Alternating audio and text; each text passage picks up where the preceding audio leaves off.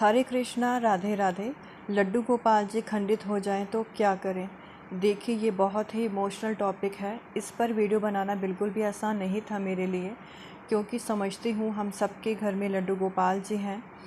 हम प्रतिदिन सेवा करते हैं, और क्योंकि हमारे लड्डू गोपाल जी भी बहुत चंचल हैं, नटखट हैं, कई बार ये हमारे हाथों से छूट के गिर जाते हैं और चोट खा बैठते हैं। तो ऐसा ही हादसा मेरे लड्डू गोपाल जी के साथ भी हुआ था।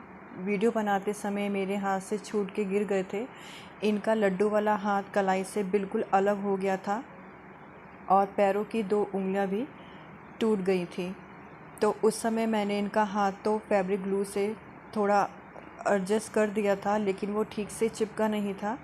तो मेरी बेटी ने लड्डू गोपाल जी के पैर पे और हाथ पे डॉक्टर टेप से अच्छे से कवर कर दिया, ताकि उनको और अधिक पेन भी ना हो और अधिक डैमेज भी ना पहुँचे। मेरे हस्बैंड ने भी हमारे पंडित जी को फ़ोन करके पूछा, तो उन्होंने कहा कि लड्डू गोपाल जी का विसर्जन कर दो, क्योंकि खंडित प्रतिमा की पूजा नहीं होती घरों में। तो अब ये सुन के तो हम और परेशान हो गए कि हमारे लड्डू गोपाल जी को मैंने मूर्ति समझ के तो कभी उनकी पूजा की नहीं, उनको अपना सदस्य मानती थी, अपना छोटा भाई मानती थी। और यही बात सुनकर मैं और मेरी बेटी रोने लग गए, और हमने मना कर दिया कि हम अपने लड्डू गोपाल जी को ऐसे नहीं छोड़ सकते हैं। बहुत ही प्रेम से, भाव से हम उनको अपने घर लेकर आए हैं। इतने समय से उनके साथ जुड़े हैं, स्नेह है उनके साथ, अब हम उनको ऐसे नहीं छोड़ सकते।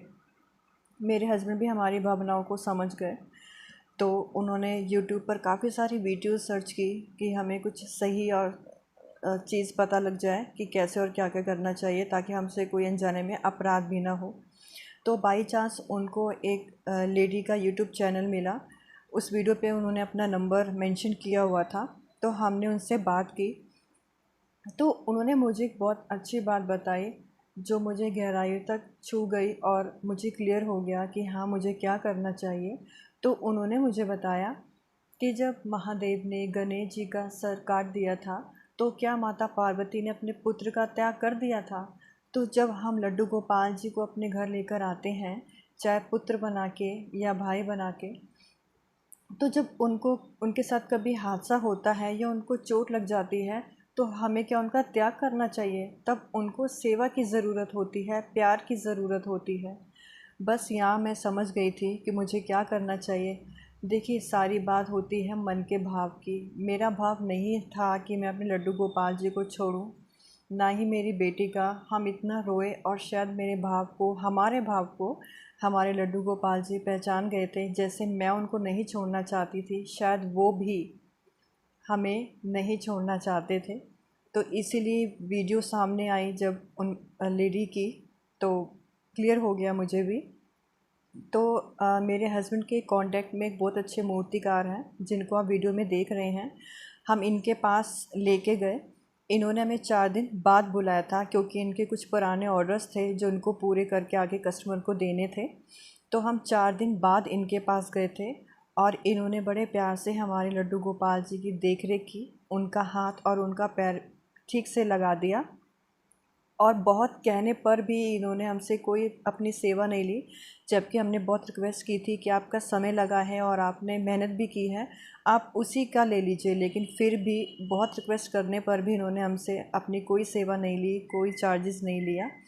अब जब लड्डू गोपाल जी अपने घर पे आए, तो मैंने इनको पानी तो पिलाया ही, और इनको अच्छे से देखा कि इनके पैरों की दोनों उंगलियां ठीक हो गई हैं, और इनका वो लड्डू वाला हाथ जो कलाई से अलग हो गया है, वो बिल्कुल ठीक हो गया है।